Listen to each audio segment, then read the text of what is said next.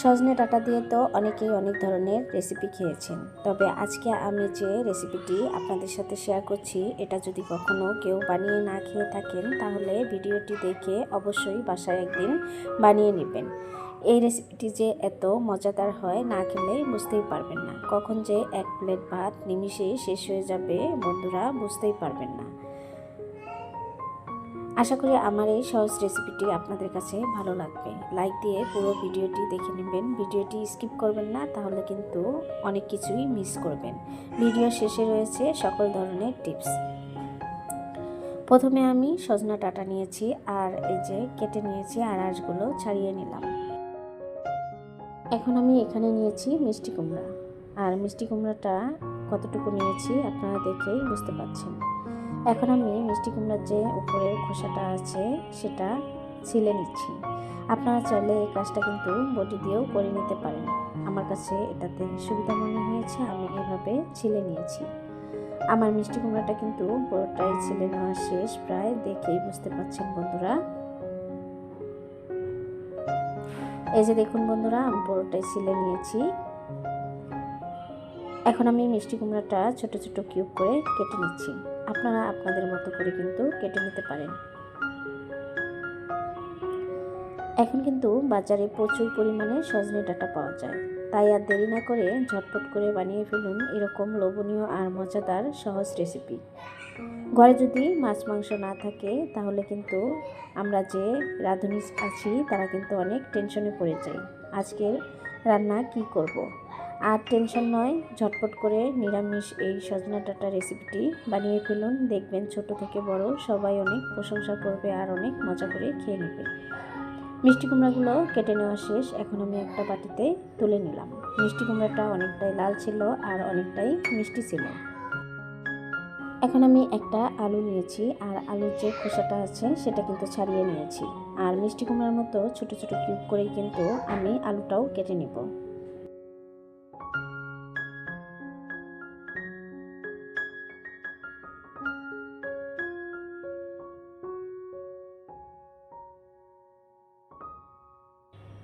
এই যে দেখুন বন্ধুরা, আমার কিন্তু আলুটাও কেটে নেওয়া শেষ, এখন আমি একটা বাটিতে তুলে নিচ্ছি। ঘরে থাকা অল্প কিছু উপকরণ দিয়ে কিন্তু এই রেসিপিটি আজকে আমি আপনাদের সাথে শেয়ার করব। এখন নিয়েছি আমি ঢেঁড়স। এই ঢেঁড়সগুলো আমি এখন সজনে যেভাবে কেটে নিয়েছি সেভাবে কেটে নিচ্ছি।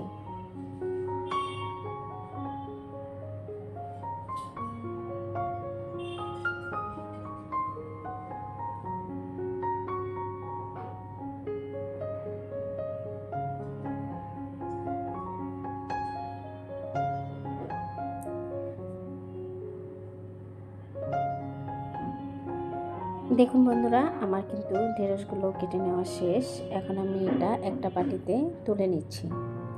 সব মিলিয়ে এতটুকু হয়েছে দেখুন বন্ধুরা। এখন আমি নিয়ে নিব দুইটা টমেটো, আর টমেটো দুইটা আমি মিষ্টি কুমড়া আর আলু যেভাবে কেটে নিয়েছি একইভাবে কেটে নিব।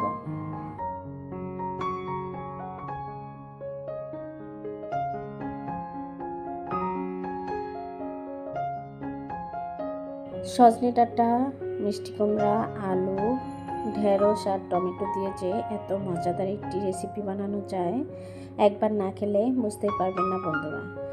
আমি খুব সহজে অল্প কিছু উপকরণ দিয়ে এই লোভনীয় আর মজাদার রেসিপিটি বানিয়ে নিয়েছি অল্প সময়ে। আমার বাচ্চারা তো অনেক মজা করে খেয়েছে। যেহেতু এখানে সব ধরনের সবজি দিয়েছি, সেজন্য কিন্তু পুষ্টিতে ভরপুর এই রেসিপিটি। দেখুন একটা প্লেটে সবগুলো উপকরণই আমি তুলে নিয়েছি। এখন আমি এই রান্নাটা আরও টেস্ট বাড়ানোর জন্য যে সিক্রেট একটি মশলা আছে সেটা বানিয়ে নিব। এর জন্য আমি এখানে নিয়েছি পেঁয়াজ। আমি পেঁয়াজ কিন্তু এগুলো বেটে দিব, আর আমি পেঁয়াজ কোনো কাটা পেঁয়াজ এই তরকারিতে ব্যবহার করব না। নিয়ে নিলাম আদা, আর এখন নিয়ে নিব কাঁচামরিচ। কাঁচামরিচগুলো আমি কেটে নিচ্ছি। এখন দিয়ে দিব এর মধ্যে কিছু ধনেপাতা। এখন আমি একটা ব্লেন্ডার জারে সবগুলো উপকরণই তুলে নিচ্ছি।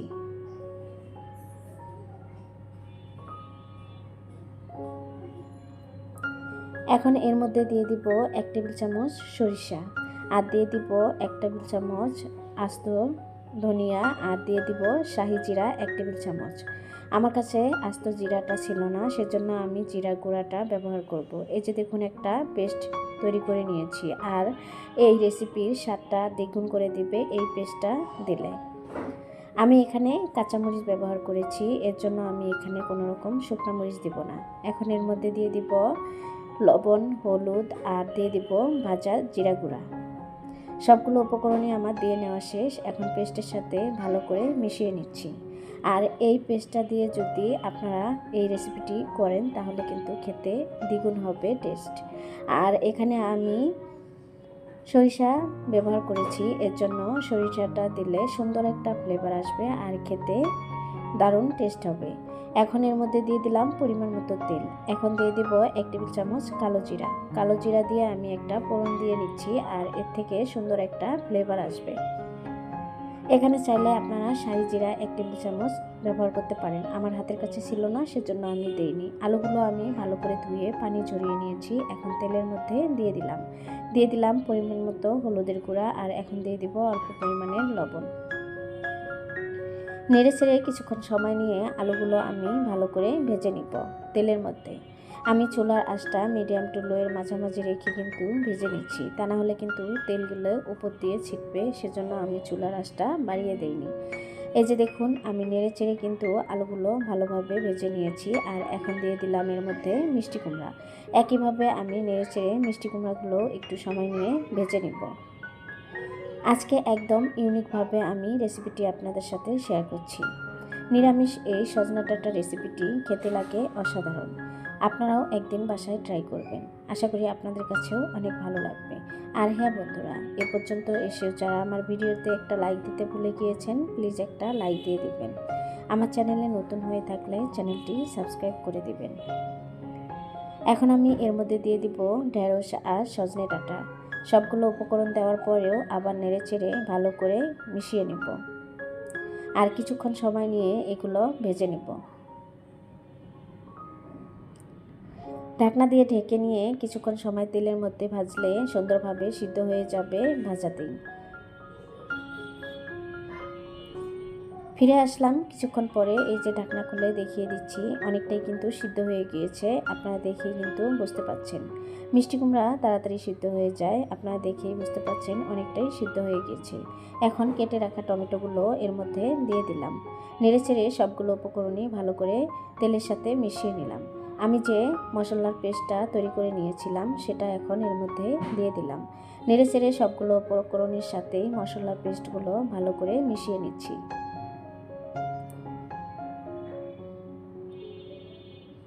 সরিষা দেওয়ার কারণে সুন্দর একটা ফ্লেভার আছে।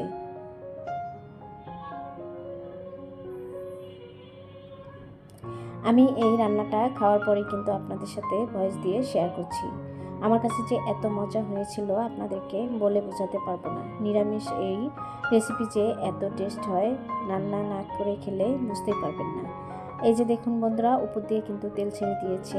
এখন উল্টিয়ে পাল্টিয়ে আবারও কিছুক্ষণ সময় নেড়ে চেড়ে ভালো করে মিশিয়ে নিচ্ছি। এই রান্নাটাতে তেলের পরিমাণ একটু বাড়িয়ে দিবেন, তাহলে কিন্তু খেতে আরও বেশি ভালো লাগবে। এখন আমি এর মধ্যে দিয়ে দিব অল্প পরিমাণের পানি, আর অল্প পরিমাণের পানি দিয়ে ভালো করে আবারও কষিয়ে নেব। এতে করে খেতে আরও বেশি টেস্ট হবে। ঢাকনা দিয়ে ঢেকে আমি এটা 2 থেকে 3 মিনিটের মতো রান্না করে নিব। এতে করে কিন্তু পানিটা অনেকটাই শুকিয়ে যাবে আর রান্নাটা অনেকটাই পারফেক্ট হবে। ফিরে আসলাম 2 থেকে 3 মিনিট পরে। এই যে দেখুন উপর দিয়ে কিন্তু অনেকটাই তেল ছেড়ে দিয়েছে আর পানিটা কিন্তু শুকিয়ে গিয়েছে।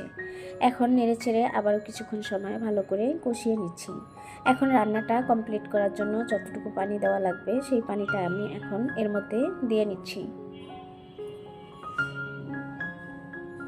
দেশ এবং দেশের বাইরে যে সকল ভাইয়া আপুরা আমার ভিডিওটি দেখছেন তাদেরকে অসংখ্য ধন্যবাদ। ভিডিওটি দেখছেন কিন্তু লাইক দিতে ভুলে গিয়েছেন, প্লিজ একটা লাইক দিয়ে দিবেন। আপনাদের একটা লাইক আমার ভিডিওটি অন্য সকলের কাছে পৌঁছাতে অনেকটাই সাহায্য করে। এই যে দেখুন বন্ধুরা, পানিটা কিন্তু অনেকটাই শুকিয়ে গিয়েছে। আমার রান্নাটা কিন্তু প্রায় কমপ্লিট হয়েছে। এই যে দেখুন, আমি যে মিষ্টি কুমড়াটা দিয়েছিলাম সেটা কিন্তু অনেকটাই গলে গিয়েছে, আর ঝোলটা কিন্তু অনেকটাই গাঢ় হয়েছে। এর জন্য কিন্তু এই সজনা ডাঁটা রেসিপিটি অনেকটাই টেস্ট হয়েছিল। আমার চ্যানেলে যারা নতুন ভিজিট করেছেন, এখন পর্যন্ত চ্যানেলটি সাবস্ক্রাইব করেন নাই, প্লিজ চ্যানেলটি সাবস্ক্রাইব করে দিবেন, পাশে থাকা বেল আইকনটি অন করে রেখে দিবেন। আমি যে কোনো সময় নতুন ভিডিও আপলোড করার সাথে সাথে আপনাদের কাছে নোটিফিকেশন চলে যাবে। সময় সুযোগ বুঝে আমার ভিডিওটি দেখে নিতে পারবেন। আর যারা অলরেডি সাবস্ক্রাইব করে দিয়েছেন তাদেরকে অসংখ্য ধন্যবাদ। ভিডিওটি ফ্রেন্ড এবং ফ্যামিলির সাথে শেয়ার করতে ভুলবেন না। এই যে দেখুন বন্ধুরা, আমি একটা প্লেটে নামিয়ে নিয়েছি। মাশাআল্লাহ, অনেকটাই সুন্দর হয়েছে আর খেতে অনেকটাই টেস্ট হয়েছিল। আজ এ পর্যন্ত, আবারও কথা হবে অন্য কোনো ভিডিওতে। আমার এই সহজ রেসিপিটি আপনাদের কাছে কেমন লেগেছে কমেন্টের মাধ্যমে জানাতে ভুলবেন না। সবাই ভালো থাকবেন। আল্লাহ হাফেজ।